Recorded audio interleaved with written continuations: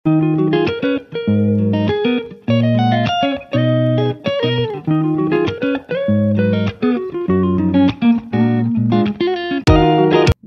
জীবনে রান্নাবান্না লইয়া আবার আপনার মাঝে হাজির হয়ে গেলাম। আসসালামু আলাইকুম এভরিওয়ান, কি তখন আপনার সকল বলা আসেননি।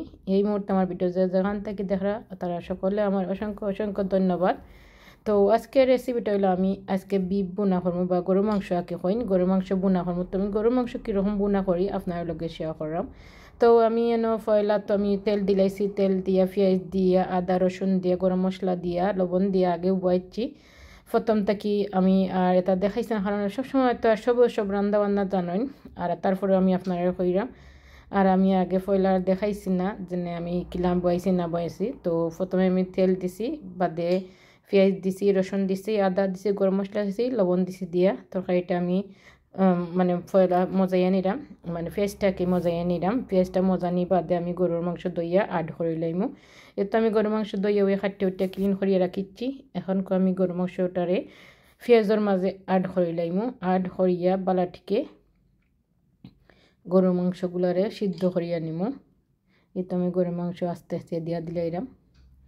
তো আমি মনে করি আমি ওরকম করে রান্না করলে আমার কাছে খুব ভালো লাগে। আর খেয়ে কিলাখান করইন ইনশাল্লাহ জানাইবা কমেন্টের মাঝে।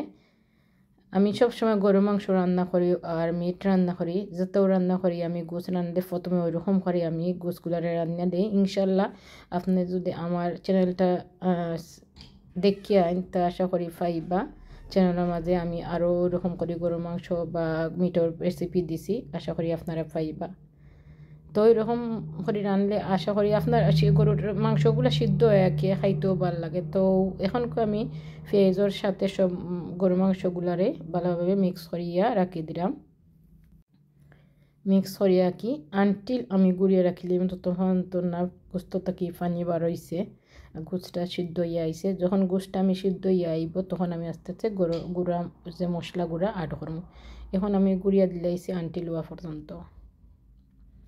ওই দেখা মাংসগুলো থেকে কতটুকু পানি বার হইছে। মাংসটারে আমি ভালোভাবে নাড়াচাড়া করিয়া নিলাম। আর দেখলানি কতটুকু পানি বার হইছে। আর মাংসটা আই থিঙ্ক কিছু কিছু সিদ্ধ হইয়াও আইছে।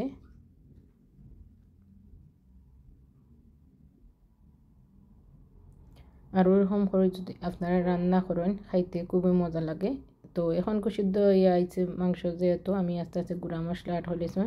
হাফ চা চামচ হলুদ গুঁড়া দিছি, 1.5 চা চামচের মতো আমি মরিচ গুঁড়া দিছি, আর আমি 1.5 চা চামচের মতন আমি ধনিয়া গুঁড়া দিছি।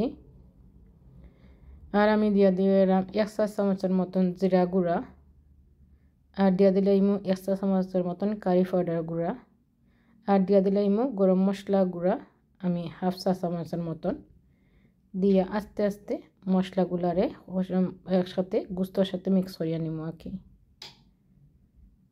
মিক্স করিয়া নিয়ে ভালোভাবে কষাইয়া নিব। তো এখন আমি নাড়াচাড়া করিয়া নিলাম। ইনশাল্লাহ আপনারা যদি আমার রেসিপিটা দেখে ফলো করেন আপনার ভালো লাগবো। আর আমি সবসময় আমি কইয়াই যেন আমি দৈনন্দিন জীবনে রান্না বান্না করি, যেন আলাদা কিছু এত কিছু নাই। আমি আমার যেটা রান্না বান্না করি যেটা খাই এটাও আপনার লগে শেয়ার করি। বিকজ আমি মনে করি আমার একটা পরিবার, আপনারা আমার পরিবার, যেটা আপনারা আমার পরিবার, আপনারা সকল লইয়া তো আমার পরিবার নাই। তো মশলাটারে এখন ভালোভাবে মাংসর সাথে কষাইয়া নিলাম।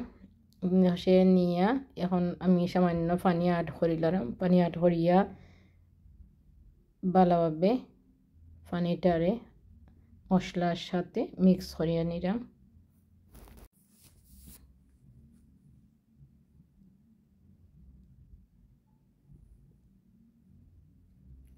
এখন গুড়িয়া দিলাম।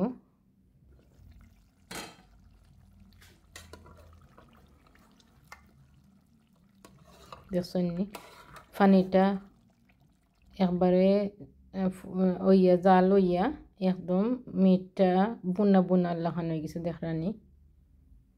রান্না করলে তো ফাতিল চাইরো খান্দামকায় লাগি যায় দেখরা ডেগর। রান্না বাদে এ চাইরো খান্দা ক্লিন করিয়া নিমু। এরকম তো আর থাকতো না, এরকম থাকলে খাইতেও একটা রুচি যে আছে রুচিটা থাকে না। এখন আস্তে আস্তে আমি গ্রিন চিলি মানে খাসামরিচ আড করে লাইছি একটা ফ্লেভার আইবার লাগি গুস্তর লগে ওই দেখো আমি একটা খাসামরিচ আড করে লিছি আমি আর খাসামরিচ দাম নাই আর গুস্তর মাঝে আমি গরুর মাংসের মাঝে আমি খালি আস্তা গরু খাসামরিচ আড করছি এখন আনটিল গুড়িয়া দিব আরো 5 মিনিটর লাগে ওই দেখো আমার ওই দেখো মাংসটা বুনা বুনা হয়ে গেছে কত সুন্দর মাংস হইছে গরুর মাংস আই হোপ আপনারা ভালো লাগছে এখন আমি বাখর পাতা কাটো করে লাইছি ফ্রেশ বাখর পাতা কাটো করছি মাংসটা কতটুকু লোভনীয় কতটুকু আমি হয়েছে আই হোপ আপনারা কাছে ভালো লাগছে আর আপনারাও বুঝে নিতে পারছেন তাহলে সার্ভ করি আপনারা দেখাই ওই দেখো সার্ভ করি আপনারা দেখাইলাম আর ধোঁয়া তো উড়েরও দেখো গরম গরম সার্ভ করছি আপনারা শুধু আপনারা দেখাইবার লাগি তো আমার আজকের এই ছোট্ট গরুর মাংস রেসিপিটা আপনার কাছে কিলা লাগলো লাইক কমেন্ট শেয়ার করতে ভুলবা না ফ্রেন্ডস এর ফ্যামিলি কাছে শেয়ার করবা যাতে আমার ভিডিওটা দেওয়ার সাথে তারা নোটিফিকেশনটা পাইলেন প্লিজ আপনারা ফ্রেন্ডস এর ফ্যামিলি কাছে শেয়ার করবা আর সুন্দর সুন্দর করে কমেন্ট করে জানাইবা লাইক দিতে ভুলবা না আর নেক্সট ভিডিও নেক্সট রেসিপি দেখার আপনারা আমন্ত্রণ রইল আর আপনারা যে জানা আছেন ভালো থাকুকা সুস্থ থাকুকা সেফে থাকুকা নিরাপদে থাকুকা ইনশাল্লাহ আগামীতে নতুন রেসিপি বা নতুন ভিডিও লইয়া আইবার চেষ্টা করমু আর আপনার কাছে ইনশাল্লাহ ভালো লাগবো আর আপনারা আমার এক সুন্দর সুন্দর কমেন্ট করবা সুন্দর সুন্দর কমেন্টের মাঝেও আমার একটা উৎসাহ দেয় যেন সামনে দিয়ে আমি ভিডিও করার লাগি আর আমার মাথার মাঝে কোনো ভুল ত্রুটি থাকলে আপনারা ক্ষমা দৃষ্টি থাকবা আর আপনারা যে জানা আছেন সেফে থাকুকা আর এখনরে হেল্প করবা এখনের কেয়ার রাখবা গরু বাচ্চা শিশু মুরব্বী সবরে কেয়ার রাখবা আল্লাহ হাফিজ আসসালামু আলাইকুম রহমতুল্লাহি ওয়া বারাকাতুহু